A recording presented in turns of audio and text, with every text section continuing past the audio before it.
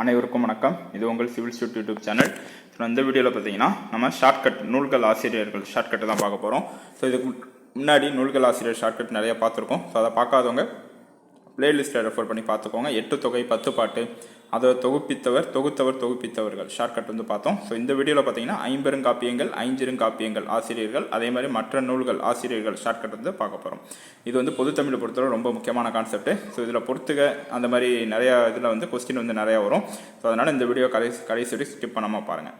ஐம்பெருங்காப்பியங்கள். So ஐம்பெருங்காப்பியங்கள் நம்மளுக்கு தெரியும். சிலப்பதிகாரம், மணிமேகலை, சீவக சிந்தாமணி, வளையாபதி, குண்டலகேசின்னு சொல்லிட்டு ஐம்பெருங்காப்பியங்கள் இருக்குது. ஸோ இதுக்கு எப்படி ஆசிரியர் பெயர்களை ஷார்ட்கட்டாக நான் வச்சுக்கலாம்னு பார்க்கலாம். சிலம்பு. ஸோ சிலம்பு இலசு அப்படின்னா சிலப்பதிகாரம், இளங்கோவடிகள். சரி, அடுத்து மேகலை, சீத்தலை. ஸோ அப்படியே ஒரு ரைமிங் அவர் தான். மணிமேகலை, சீத்தலை, சாத்தனார். அடுத்து சீவகன், திருந்தலை. ஸோ சீவக சிந்தாமணி, திருத்தக்க தேவர். சரி, அடுத்து வளையலை காணோம். ஸோ வளையாபதி. காணோம் அப்படின்னா அந்த இடத்துல ஆசிரியர் பெயர் தெரியவில்லை. ஸோ வளையலை காணோம், இதுதான் ஷார்ட்கட்டு. காணும் அப்படின்னா ஆசிரியர் பெயர் தெரியவில்லைன்னு அர்த்தம். அடுத்து குண்டா இருக்கிறான், அதனால குத்தினோம். ஸோ குண்டா இருக்கிறான் அப்படின்னா குண்டலகேசி, குத்தினோம் அப்படின்னா நாதகுத்தனார். சரியா, குண்டா இருக்கிறான் அதனால குத்தினோம், குண்டலகேசி, நாதகுத்தனார்.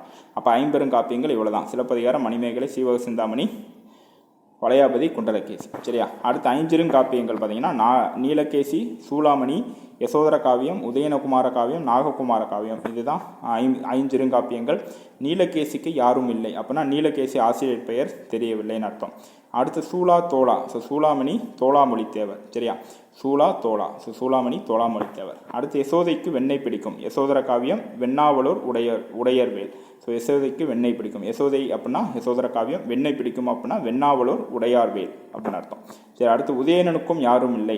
உதயணனுக்கும் நாககுமாரனுக்கும் யாரும் இல்லை அப்படின்னு சேர்த்து நான் வச்சுக்கோங்க. உதயனுக்கும் நாககுமாரனுக்கும் யாரும் இல்லை அப்படின்னா உதயனகுமார காவியம் ஆசிரியர் பெயர் தெரியவில்லை, நாககுமார காவியம் ஆசிரியர் பெயர் தெரியவில்லைன்னு அர்த்தம். சரியா, அடுத்து பெருங்கதை கொண்டு வா. ஸோ பெருங்கதை அப்படின்னா கொங்குவேலியர். ஸோ பெருங்கதை கொண்டு வா அப்படின்னா பெருங்கதை கொண்டு வா அப்படின்னா கொங்குவேலியர் தான் ஆசிரியர். இதுக்கு பெருங்கதைக்கு ஆசிரியர் கொங்குவேலியர். அடுத்து குமார் நீதிக்கு நல்ல விளக்கம் தந்தான். ஸோ குமார் அப்படின்னா குமரகுருபரர், நீதிக்கு நல்ல விளக்கம் அப்படின்னா நீதிநெறி விளக்கம். சரியா, நீதிக்கு நல்ல விளக்கம் அப்படின்னா நீதிநெறி விளக்கம். குமார் அப்படின்னா குமரகுருபரர். அப்போ நீதிநெறி விளக்கத்தை எழுதினவர் குமரகுருபரர்.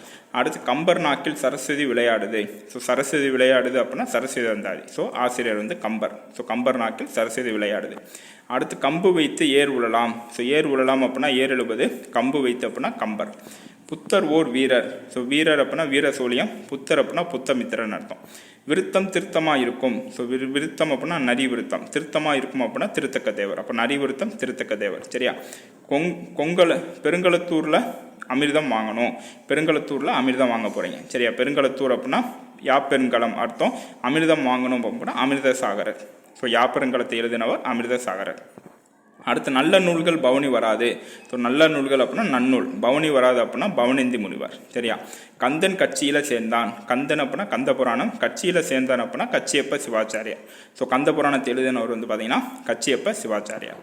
அடுத்து சேக்கு பெரியாள். ஸோ பெரியாள் அப்படின்னா பெரிய புராணம், சேக்கு அப்படின்னா சேக்கிலான்னு அர்த்தம். சரியா, பரஞ்சோதியின் திருவிளையாட்டு. ஸோ திருவிளையாடர் புராணம் எழுதினவர் பரஞ்சோதி முனிவர். ஸோ திருவிளையாட்டு அப்படின்னா திருவிளையாடர் புராணம், பரஞ்சோதி அப்படின்னா பரஞ்சோதி முனிவர். சரியா, சிவன் போதித்தால் மெய் கிடைக்கும். ஸோ சிவஞான போதம் மெய் கண்டார். ஸோ சிவன் போதித்தால் அப்படின்னா சிவஞான போதம், மெய் கிடைக்கும் அப்படின்னா மெய் கண்டார். அப்போ சிவஞான போதத்தை எழுதியவர் மெய் கண்டார். சித்திகள் வாரா அருள் தரமாட்டார். ஸோ சிவஞான சம்பந்தர், அருள்நந்தி சிவாச்சாரியார். சரியா, சித்திகள் வாரா அருள் தரமாட்டார்.